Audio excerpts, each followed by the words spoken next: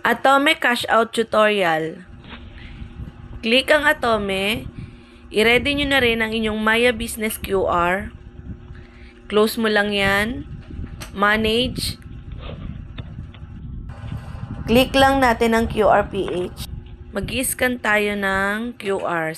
Select from photos kung meron ka sa gallery or scan QR gamit ang isa pang device. Sa ating Maya Business, click More, click Maya QR, at kusa na siyang mag-i-scan. Pa-note na applicable lang ito sa small amount. Pag big amount, madalas ay nagfe-failed. I-type ang amount.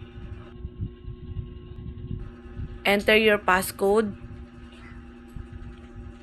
Wait lang, 5 seconds. Payment successful. At once mapunta na to sa ating Maya wallet, madali na lang tong i-transfer sa GCash.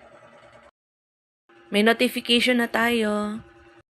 Atome transaction confirmation. At ganun kabilis na receive na natin ang amount sa ating Maya business account.